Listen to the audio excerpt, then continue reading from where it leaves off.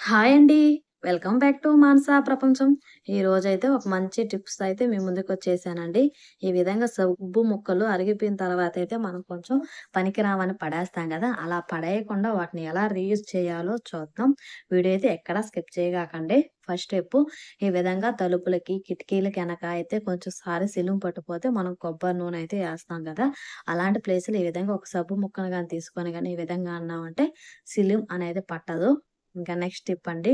ఈ విధంగా మందంగా ఉండే వాటిని సూదెత్తుగా మనం ఏదన్నా కుట్టాలంటే సూదనేది లోపలికి దిగనే దిగదండి. ఎంత ట్రై చేసినా. అలాంటప్పుడు ఒక సబ్బు ముక్క తీసుకొని సూదిని ఈ విధంగా ఒక 2, 3 సార్లు బాగా గుచ్చామంటే సూదికి కొంచెం షార్ప్‌నెస్ అనేది వస్తది. చూడండి. ఇప్పుడైతే ఎంత లావుగా ఉండే గుడ్డైనా చాలా ఈజీగా అయితే చూడండి దిగిపోద్దండి. చాలా ఈజీగా సూదితో అయితే కుట్టుకోవచ్చు. ఇక నెక్స్ట్ టిప్ అండి. ఈ విధంగా మనం కొంచెం సోపు అరిగిపోయిన తర్వాత దాన్ని పక్కన పెట్టేసి మళ్ళీ కొత్త సోప్ అయితే వాడుతూ ఉంటాం గదా! అలాంటప్పుడు ఈ సోపుని కూడా దానికి మనం స్నానం చేసేటప్పుడు గాని ఆ చెమ్మకు గాని అతుక్కునేస్తది. మన పెద్ద కాలంలో పెద్దవాళ్ళైతే సేమ్ ఇలాగే చేసేవాళ్ళండి. మొత్తం 2, 3 సార్లు ఆ సైడ్‌కి పెడితే సబ్బుకి అతుక్కునేస్తది. ఇక నెక్స్ట్ టిప్పు ఈ విధంగా తాళాలు చెవులో నుంచి తాళం తీయాలంటే అసలు ఒక్కోసారి తుప్పు పట్టిపోయినట్టు అసలు తాళం రానే రాదు కదండీ! చూడండి. అలాంటప్పుడు ఒక సబ్బు ముక్క తీసుకొని దానికి కీకయితే బాగా మొత్తం ఒక 2, 3 సార్లు ఈ విధంగా అయితే రుద్దండి. ఆ తర్వాత గాని తాళం తీస్తే చాలా ఈజీగా వచ్చేస్తదండి. అసలు శ్రమే పడబడలేదు. ఇక నెక్స్ట్ చెప్పండి. మన హ్యాండ్ బ్యాగ్‌లో జిప్పులు ఒక్కోసారనేది టైట్ ఇచ్చేస్తా ఉంటాయి. జిప్ అనేది పోనే పోదు. దాన్ని పక్కన పడేసి కొత్తది హ్యాండ్ బ్యాగ్ అయితే కొనుక్కుంటాం. అలా కాకుండా ఇలా ఒక సబ్బు ముక్క తీసుకొని ఒక 2 నిమిషాలు దాన్ని బాగా రబ్ చేసామంటే చూడండి చాలా ఈజీగా జిప్ అనేది వచ్చేస్తది. ఇక నెక్స్ట్ స్టెప్ మిగిలిన సబ్బు ముక్కలన్నిటిని ఈ విధంగా ఒక చాకు తీసుకొని చిన్న చిన్న ముక్కలుగా చేయండి.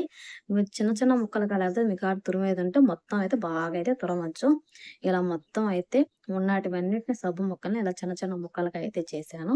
ఇప్పుడు స్టవ్ వెలిగించి కొన్ని నీళ్లు పెట్టి అవి తెల్లిన తర్వాత ఒక గిన్నె లాంటిది పెట్టి దాంట్లో ఈ సబ్బు ముక్కలన్నీ వేసి, ఒక చిన్న టీ గ్లాస్ నీళ్లు పోసి డబుల్ సైడ్‌తో మొత్తం కొంచెం బాగా మరగచ్చండి. చూడండి. ఈ విధంగా బాగా మరిగితే చూడండి ఈ విధంగా అయితే మొత్తం సరిపోతుంది. ఇప్పుడు అది కొంచెం గోరువెచ్చంగా ఉన్నప్పుడు వాటినైతే మనం పేపర్ సోప్స్ ఎలా ఈజీగా ఇంట్లో ఉన్న వాటితోనే ఎలా చేయాలో చూద్దాం. ఈ విధంగా ఒక పేపర్ తీసుకొని చిన్న చిన్న ముక్కలుగా ఈ విధంగా చేసుకొని మనం ఇప్పుడు మెల్ట్ చేసుకున్న దాన్ని కొంచెం కొంచెం ఈ విధంగా అన్ని సోప్స్‌కైతే వేయండి. ఈ పేపర్ సోప్ చాలా కాస్ట్‌లీ. అలా కాకుండా ఇంట్లో ఉన్న వాటితోనే చాలా ఈజీగా అయితే చేసుకోవచ్చండి. మనం ట్రైన్ జర్నీ అలాంటప్పుడు చేసేటప్పుడు పిల్లలకి స్కూల్‌కి ఇలా సోప్సు అవేసి పంపియాలన్నా చాలా కష్టం కదా! అలాంటిదంటే ఇది అయితే చేసి అయితే పెట్టేయొచ్చండి. ఇలా బాగా చేసేసిన తర్వాత వీటినైతే ఒక 2, 3 గంటలు ఎండలో అయితే పెట్టాలండి. ఇంకా మిగిలిన దాన్నయితే ఇలా ఒక 2 గ్లాసులయితే తీసుకొనేసి మొత్తం అయితే ఆ 2 గ్లాసుల్లోకైతే పోసేస్తున్నాను. నాకైతే ఇలా 2 గ్లాస్‌కొచ్చిన తర్వాత వీటినైతే ఒక 2 గంటలయితే ఎండలో పెట్టాలి. చూడండి ఇలా ఎండలో పెట్టిన తర్వాతయితే మీకైతే తీసి చూపిస్తాను చూడండి. చాలా ఈజీగా అయితే వచ్చేస్తదండి.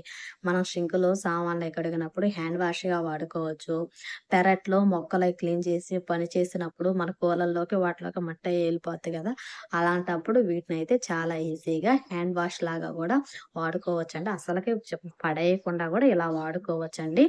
ఇంక వీటినైతే మరుసటి రోజు 2 అవర్స్ ఎండలో పెట్టిన తర్వాత చూడండి పేపర్ సోప్స్ అయితే రెడీ అయిపోయినాయి. ఇప్పుడు చూడండి మీకైతే ఒకటి తీసుకొని వాష్ చేసి చూపిస్తాను చూడండి. ఎంత క్లీన్‌గా అయితే వస్తుందంటే, మన చేతులు దీనికోసం మనమైతే హ్యాండ్ వాషు ఇలా పేపర్ సోప్‌లు అవనేవి కొనబడలేదు. ఇలా చిన్న చిన్న సోప్ ముక్కల్ని పడేయకుండా ఇలా చాలా ఈజీగా వాడుకోవచ్చండి. ఐ హోప్ మీకు గాని ఈ వీడియో నచ్చితే ప్లీజ్ లైక్ చేయండి, షేర్ చేయండి. మీ ఫ్రెండ్స్‌కి, మీ ఫ్యామిలీ మెంబర్‌కి అందరికి ఫార్వర్డ్ చేయండి. సబ్స్క్రైబ్ చేయడం మాత్రం మర్చిపోకండి ఫ్రెండ్స్. ఏ టిప్ నచ్చిందో